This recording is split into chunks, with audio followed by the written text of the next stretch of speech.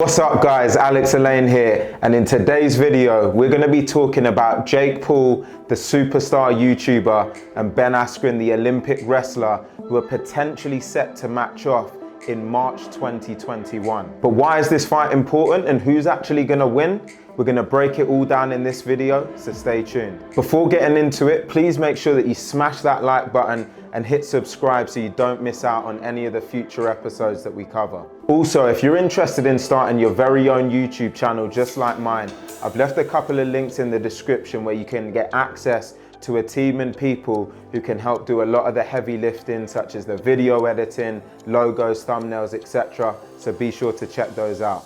So I'm sure that many of you are already aware of who Jake Paul is, seeing as he's amassed multi-millions of followers across all of his social platforms, including over 20 million subscribers to his YouTube channel alone. Day to day, he's a lifestyle YouTuber producing a ton of content with his brother, Logan Paul, who's also a bit of a superstar on YouTube and someone who's also converted over to boxing recently. Jake Paul himself made his professional debut as a boxer earlier this year in 2020 when he took on someone called Anderson Gibb, who's also another YouTuber. So you can see this is a pretty big thing and a big movement at the moment. Jake Paul managed to dismantle Gibb within one round and made complete easy work of him. But to be honest with you, it didn't really show us that much, seeing as Anderson Gibb looked like he should not have been in the ring in the first place. And because he's just trying to lean into Jake Paul, he's punishing him a bit here, and the referee has stepped in and he's weighed this one off with a few seconds remaining.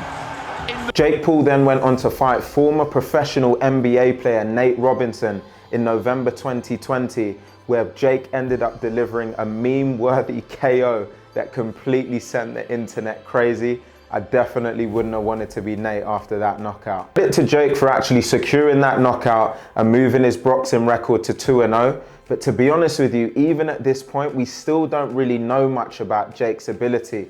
We've all got more questions than answers, seeing that he's 2-0 against people who are really complete amateurs and shouldn't have arguably been in the ring with him in the first place. Ever since that last win, Jake Paul's been on an absolute tirade online, calling out UFC superstar Conor McGregor and also black belt in Brazilian Jiu-Jitsu Dylan Danis. There is only actually one person so far who's responded to any of Jake Paul's call-outs, and that's Olympic wrestler that we're covering today, Ben Askren. Now, to be fair, Ben's actually a seasoned athlete. He's competed in Olympic wrestling, as I've mentioned. He's won multiple belts as an MMA champion in the One Championship promotion and also in Bellator. Some people would even say that Ben is arguably one of the best wrestlers of all time.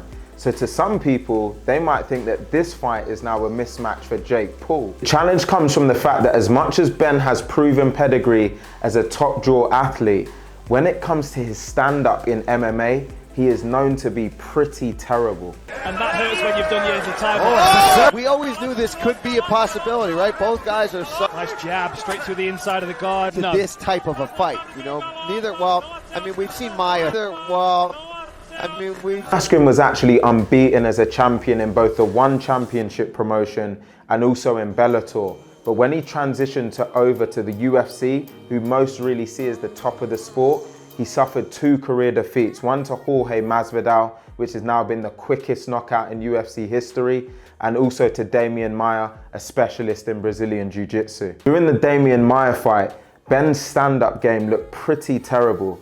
I mean, it was bad. Yeah, it was really bad. To the extent where personally, in a boxing match, I hate to say, but my money will be on Jake Paul, I'll have to admit. As much as Jake Paul's unproven as a boxer, to be fair to him, he does have some solid fundamentals. He's got a jab, he's got decent footwork, he seems to hold the ring reasonably well, so he's not a complete and utter novice in the grand scheme of things. Askren is now 36, well past his prime, and is coming off the back of multiple back surgeries and injuries, and as well as being a pretty poor striker, I just don't think this fight bodes well for him against Jake Paul. Early odds for the fight are actually showing Jake Paul as the favourite for the fight, which might come as a surprise to some people, but I think people who follow both sports, MMA and boxing, this wouldn't necessarily be a huge surprise. When it comes to YouTube boxing, to be honest with you, you're either gonna love it or you're gonna hate it. But one thing we can't deny, it is entertaining, and most of us are very, very likely to watch. So let me know your thoughts in the comment section below and who you think is going to take this one. Before closing out, I've got a ton of coverage amongst fighters, their lifestyle in both MMA and boxing. So before you leave this video, please be sure to check out the wider channel for more videos. Also, as mentioned, if you've been interested in starting your very own YouTube channel or starting to scale it a bit like I am right now, please be sure to check out the links in the description where I've given you access to some freelancers that have helped me start to get some momentum with my own channel.